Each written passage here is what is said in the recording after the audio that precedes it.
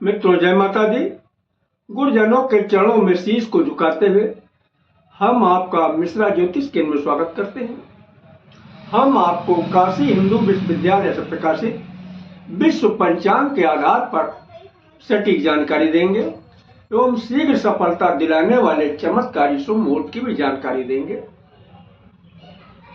संपूर्ण जानकारी प्राप्त करने के लिए हमारे साथ वीडियो में अंत तक बने रहिएगा।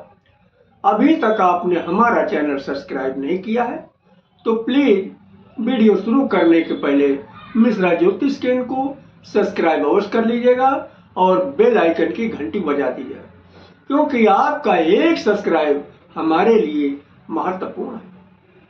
हम आप लोग को बधाई देते हैं जिनका कि आज जन्मदिन है। हम आप लोग को हार्दिक शुभकामनाएं दे रहे हैं जिनकी कि आज मैरिज एनिवर्सरी है।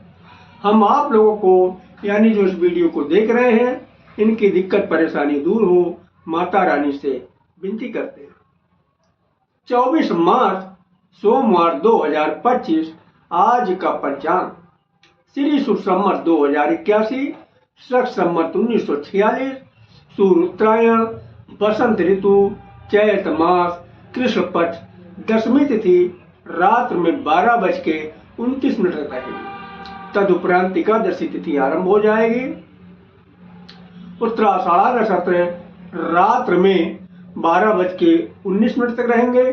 तदुपरांत श्रवण नक्षत्र आरंभ हो जाएगा। परियोग दिन में 1:03 तक रहेंगे। तदुपरांत शिव योग आरंभ होगा। बलिजकरण दिन में 12:35 तक, विष्टकरण रात्र में 12:29 तक रहेंगे। चंद्रमा धनु राशि में रहेंगे। प्रातः 5:59 पे चंद्रमा मकर राशि में प्रवेश कर जाएंगे। सूर्योदय प्रातः 5:57 पर होंगे। सूर्यास्त शाम को 6:03 पर होंगे। सूर्योदय 3:03 पर होगा। दिशा शूल पूर्व दिशा, परिहार दर्पण, यानी आज पूर्व दिशा की यात्रा आपके लिए हानिकारक साबित हो सकती है। अगर आप दर्पण में अपना चेहरा देख के यात्रा आरंभ करें तो सफलता मिलने के योग बन जाते हैं। ब्रह्म मुहूर्त का समय प्रातः 4:21 से आरंभ होगा।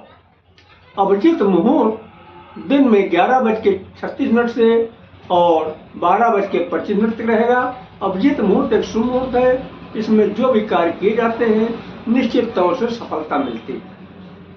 गोधूर मुहूर्त शाम को 5:51 से 6:15 तक है। यानी गोधूर मुहूर्त में सोना और घर के अंदर झाड़ू लगाना दोनों चीज वर्जित है। ऐसी मान्यता है कि जो लोग ये दो कार्य गोधूर मुहूर्त में करते हैं उनके घर से लक्ष्मी नाराज होकर चली जाती और उनके घर पे दरिद्रता आ जाती। राहु काल प्रातः 7:30 से 9 बजे तक रहेगा। गुलिक काल दिन में 1:30 बजे से 3 बजे तक और यमगंड काल प्रातः 10:30 से 12 बजे तक। किसी भी शुभ काम की शुरुआत अथवा यात्रा का आरंभ राहु काल में न करें, क्योंकि जो भी कार्य राहु काल में शुरू किए जाते हैं, चाहे वो यात्रा हो या फिर कोई शुभ कार्य हो, दोनों ही काम में कदम कदम पर दिक्कत और परेशानी उठाना पड़ता है। यहाँ तक कि असफलता आपको हाथ लगती है।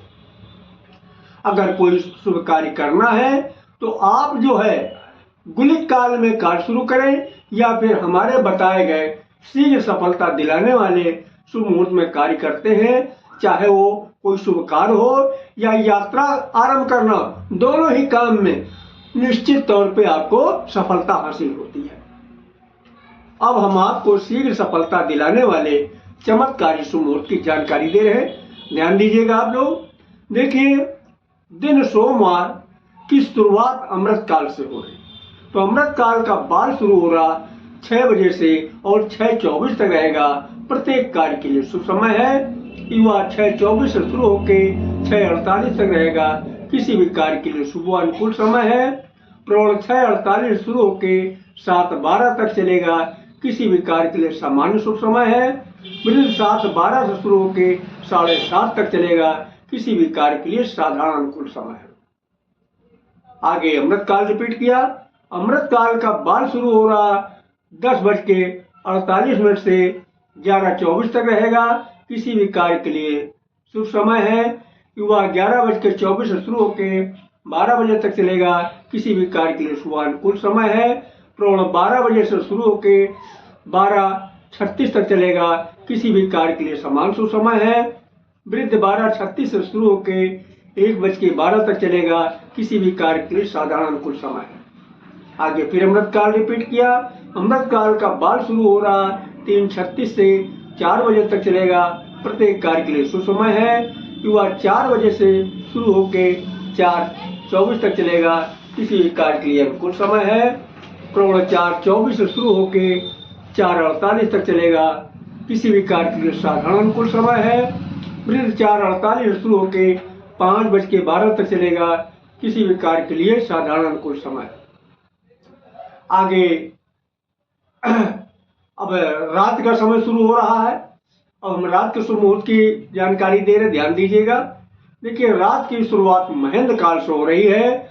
महेंद्र काल का युवा शुरू हो रहा 8 बजे से और 8:24 तक चलेगा, किसी भी कार्य के लिए पूर्ण सफलतादायक समय है। प्रौढ़ 8:24 से शुरू होकर 8:48 तक चलेगा, प्रत्येक कार्य के लिए अनुकूल समय है। वृद्ध 8:48 शुरू होकर 9:12 तक चलेगा, प्रत्येक कार्य के लिए साधारण अनुकूल समय। आगे अमृत काल रिपीट किया। अमृत काल का बाल शुरू हो रहा 9:12 से 9:24 तक चलेगा, प्रत्येक कार्य के लिए शुभ समय है। युवा 9:24 से शुरू होकर 9:36 तक चलेगा, किसी भी कार्य के लिए शुभ अनुकूल समय है।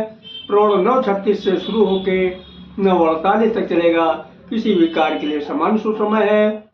वृद्ध 9:48 शुरू होकर 10 बजे तक चलेगा, किसी भी कार्य के लिए साधारण अनुकूल समय। आगे फिर अमृत काल रिपीट किया। अमृत काल का बाल शुरू हो रहा 1:12 से 1:36 तक चलेगा, प्रत्येक कार्य के लिए शुभ समय है। युवा 1:36 से आरंभ होकर 2 बजे तक चलेगा, किसी भी कार्य के लिए शुभानुकूल समय है। प्रौढ़ 2 बजे से शुरू होकर 2:24 तक चलेगा, प्रत्येक कार्य के लिए समान शुभ समय है। फिर 2:24 से शुरू होकर 2:48 तक चलेगा, किसी भी कार्य के लिए साधारण अनुकूल समय। तो ये रहे रात और दिन के चमत्कारी शीघ्र सफलता दिलाने वाले शुभ मुहूर्त की जानकारी। अब इसकी बेसिक को हम बता देना उचित समझते हैं। देखिए, इस विधि की खोज करने वाले महाराज विक्रमादित्य के समय में एक बहुत बड़े ज्योतिषाचार्य हुआ करते थे, जिनका नाम था श्री वराहमिहिर जी। इस श्री वराहमिहिर जी की खोज है। इन्होंने यहाँ पर दिन की शुरुआत को प्रातः 6 बजे से माना है, इसी तरीके से रात की शुरुआत को शाम 6 बजे से माना है। अब यहाँ पर इन्होंने एक शब्द बार बार इस्तेमाल किया, महेंद्र काल और अमृत काल। ये महेंद्र काल और अमृत काल है क्या? देखिए, महेंद्र काल एक शुभ मुहूर्त है और अमृत काल भी शुभ मुहूर्त है, लेकिन महेंद्र काल को इन्होंने प्राथमिकता का दर्जा दिया है और इसके बाद का दर्जा अमृत काल को दिया।